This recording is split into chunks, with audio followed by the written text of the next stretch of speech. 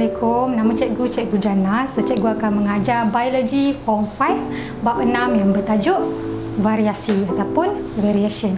So, apa itu variasi? Variasi ni adalah perbezaan dalam segi ciri untuk setiap spesies. So, contohnya kalau awak tengok kawan-kawan awak, ada seorang tu kulitnya cerah, ada seorang tu pula kulitnya gelap, yang seorang tu pula sangat tinggi, yang seorang tu pula rendah. So, semua perbezaan ciri ni atau dipanggil variasi. So, kita nampak perbezaannya lah dari segi ciri-ciri ataupun karakteristik dia. Okey, so kita tengok variasi ni ada berapa jenis. Variasi ada dua jenis. There are two types of variation. The first one adalah selanjar variasi, selanjar ataupun continuous variation. Yang kedua adalah tidak selanjar ataupun discontinuous variation. Okay, so kita tengok apa itu contoh selanjar dan juga tidak selanjar. Contoh variasi selanjar adalah berat badan dan juga ketinggian. So the body weight and also height. And untuk contoh tidak selanjar ataupun discontinuous variation adalah contohnya fingerprint, cap jari kita dan juga kumpulan darah, blood group. So, kita tengok apa perbezaan antara kedua-dua jenis variasi ni. Yang pertama adalah dari segi perbezaan ketara ataupun distinct differences. Untuk selanjar, dia tak ada perbezaan ketara. Contohnya kalau awak tengok, kalau ketinggian, ada orang tinggi 150 cm, ada orang tinggi 151, 152. So, ketinggian dia tu, perbezaan dia tidak terlalu ketara. Kita nampak macam lebih kurang sama saja sebab perbezaan dia sangat sikit. So, untuk perbezaan, untuk tidak selanjar, perbezaan ketara dia adalah sangat besar, sangat nampak, kita boleh nampak lah. So, dia ada perbezaan ketara untuk tidak selanjar. Untuk distinct differences yang ini adalah present. Okay, so yang kedua, untuk ciri-ciri perantaraan, ada untuk selanjar dia ada ciri-ciri perantaraan. Contohnya antara tinggi 150 dengan tinggi 151, kita ada ciri-ciri tengah-tengah dia, iaitu 150.5 contohnya. So setiap ciri-ciri tu ada tengah-tengah dia, ada dia punya perantaraan. Untuk tidak selanjar, they don't have any intermediate phenotype. So dia tak ada intermediate tu. Contohnya kalau cap jari, kita cuma ada 4 jenis cap jari, ada 4 bentuk, 4 sahaja. Tak ada tengah-tengah, tak ada cap jari jenis 1 campur cap jari jenis 2, tak ada. So dia memang 4 sahaja. Okay, so seterusnya, sama ada dipengaruhi persekitaran ataupun tidak. Yang ini selanjar dipengaruhi persekitaran. Contohnya berat badan. So berat badan adalah contoh selanjar atau body weight is an example for continuous variation.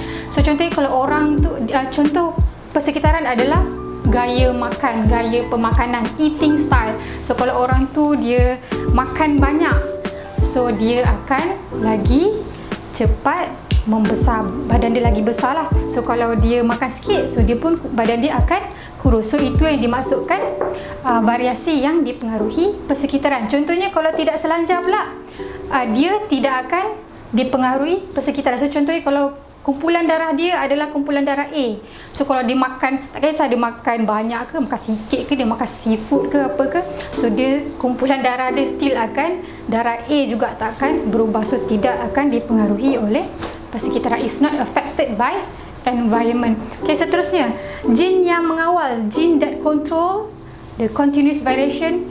This one, usually the gene are more than one. So lebih daripada satu gene yang akan mengawal variasi selanjar. Tapi untuk variasi tidak selanjar, biasanya hanya satu sahaja. Jenis taburan, distribution type. Okay, so kita kalau selanjar biasanya adalah normal ataupun dipanggil bentuk loceng, bell shape.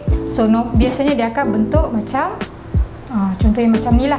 So distribution dia, so ini adalah bilangan student. So yang ini adalah mungkin ketinggian ataupun berat badan. So bila kita plotkan dia, kita akan nampak bentuk seperti loceng, bell shape distribution. Okay, untuk yang tidak selanjar pula, dia punya jenis taburan adalah discrete. So discrete ni maksudnya kalau contohnya awak ada blood group A, AB, B dengan O. So kita ada 4 kumpulan darah kan. So kat sini dia akan, kalau kita plotkan dia, kita nampak kita tak boleh nak buat bell shape. So dia memang berasingan. Kalau this one biasanya dia punya value adalah sangat banyak, kita boleh buat banyak lah kat sini. Dia punya jenis-jenis pilihan dia sangat banyak perbezaan. Kalau this one contohnya A, AB, B, O saja. Okay, salah satu contoh tidak selanjar adalah ability to roll your tongue, untuk menggulung awak punya lidah. So dia ada 2 saja, sama ada awak boleh gulung lidah ataupun awak tak boleh. So maksudnya dia tak ada yang tengah-tengah, dia tak ada, jenis taburan dia memang diskret, asing-asing. Okey, seterusnya untuk selanjar dia adalah jenis kuantitatif. Maksudnya boleh diukur, awak boleh ukur awak punya tinggi berapa, awak boleh ukur awak punya berat badan berapa. Tapi untuk dari segi tidak selanjar, dia punya jenis dia adalah, type dia adalah kualitatif. Quality maksudnya sama ada ataupun tak ada. So sama ada awak boleh gulung lidah ataupun tak boleh gulung. So sama ada awak grup awak, kumpulan darah awak adalah A ataupun bukan A, mungkin AB atau B atau O. So mungkin ni saja. So dia adalah kualitatif, yang ni boleh diukur.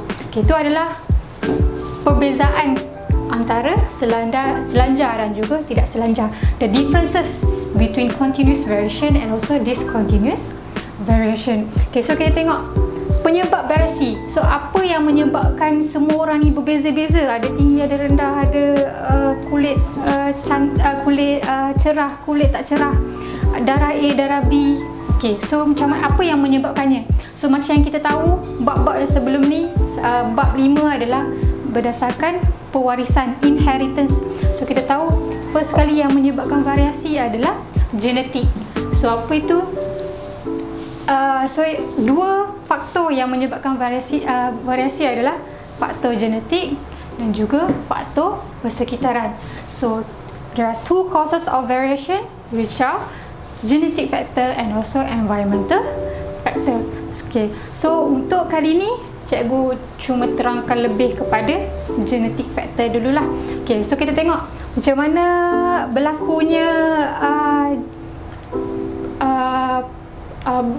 variasi disebabkan oleh faktor genetik. Yang pertama disebabkan oleh pindah silang, crossing over. Okay, cuba ingat balik pindah silang, crossing over.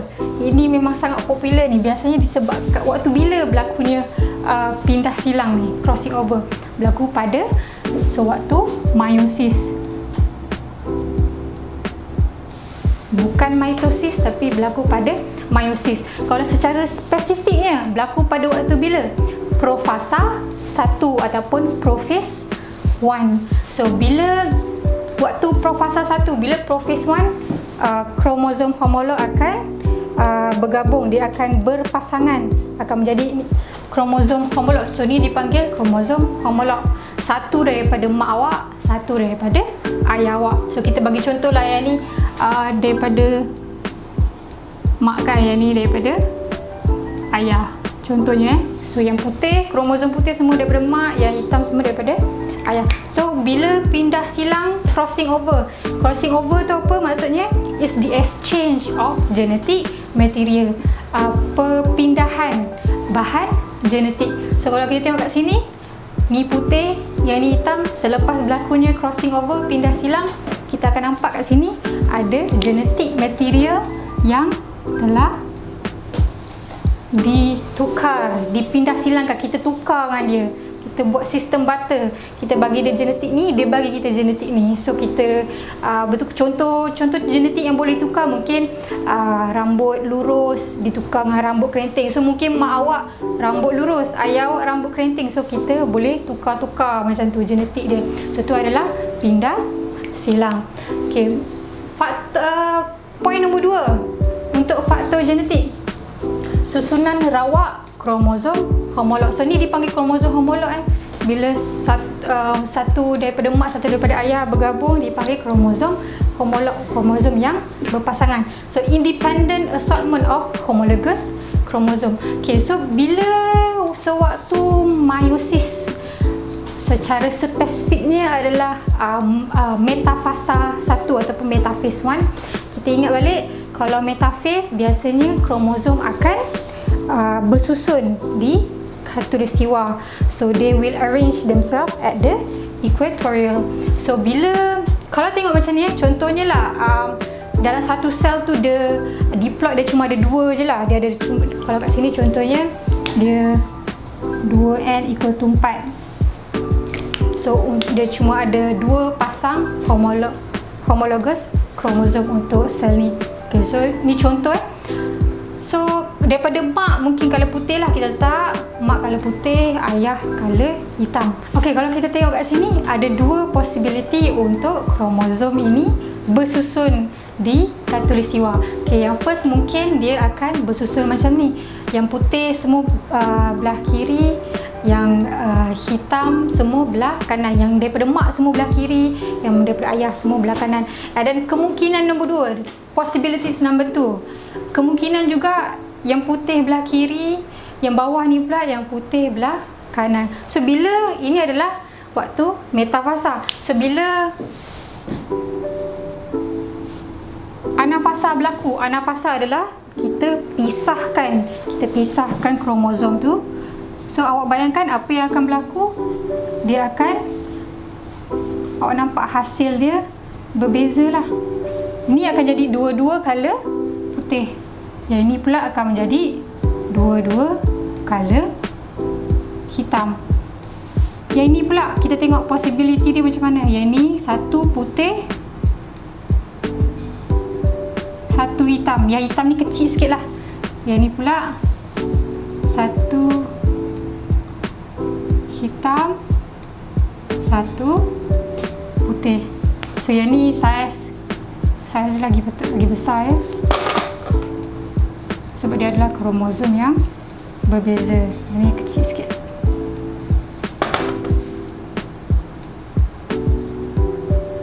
So kalau kita tengok kat sini ada 4 jenis gamet ataupun sel anak yang akan terhasil. So ini kemungkinan yang pertama, ini adalah kemungkinan yang kedua. Sebab itulah berdasarkan susunan rawak kromosom homolog, kita boleh menghasilkan berbagai-bagai variasi gabungan genetik.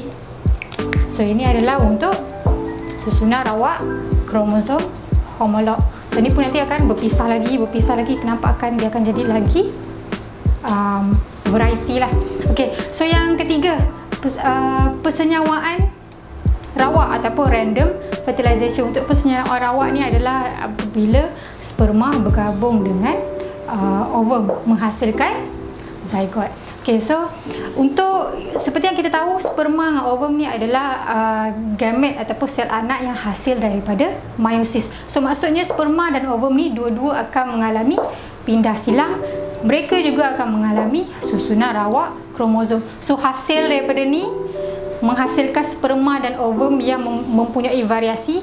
So bila yang ini bervariasi bergabung dengan ovum pun yang bervariasi juga, so dia akan menjadi lagi pelbagai-bagai lah variasinya. So sebab itulah ini juga adalah salah satu sebab berlakunya variasi disebabkan oleh random fertilization, persenyawaan rawak antara sperma dan juga ovum. Okay, yang keempat adalah mutasi. Mutasi ni adalah perubahan secara rawak ataupun spontaneous, random and spontaneous change in the genetic material. So this one nanti kita akan sambung pada video akan datang lah, sebab this one ni agak besar. Ini akan dia lagi banyak topik untuk didiskuskan. Okay, so secara overallnya, secara kesimpulannya, kita tengok variasi ada 2 jenis, continuous dengan discontinuous, selanjar dan juga tidak selanjar. Continuous, daripada perkataan continuous pun kita tahu kan dia bersambung. So dia ada macam bersambung macam tu. So setiap macam ketinggian ke apa ke, dia macam tinggi dia sentiasa bersambung 150 cm, tinggi ada 151, 152. Berat badan, ada orang berat 41, berat 42. So dia sentiasa bersambung, tidak selanjar, discontinuous, tidak bersambung. So dia ada boleh gulung lidah ataupun tak boleh gulung lidah. Sama ada darah dia AB, B atau O. Tak ada tengah-tengah, tak ada darah AO, tak ada. Untuk secara fenotype secara fenotipenya tak ada ciri-ciri pertengahan. Fenotip AO tak ada, kumpulan darah AO tak ada, kumpulan darah BO tak ada. So dia tak ada tengah-tengah, dia sama ada A, AB, B atau O. Okay, and then this one kualitatif lah, yang ni kuantitatif. Kuantitatif yang kualitatif. And then untuk penyebab variasi terbagi pada dua, faktor genetik dan juga faktor persekitaran. Pindah silang, crossing over, susunan rawak ataupun independent assortment, persenyawaan rawak, dan juga mutasi. Faktor persekitaran pun kita akan sambung pada next video. Okay, kesimpulannya itu saja. Terima kasih.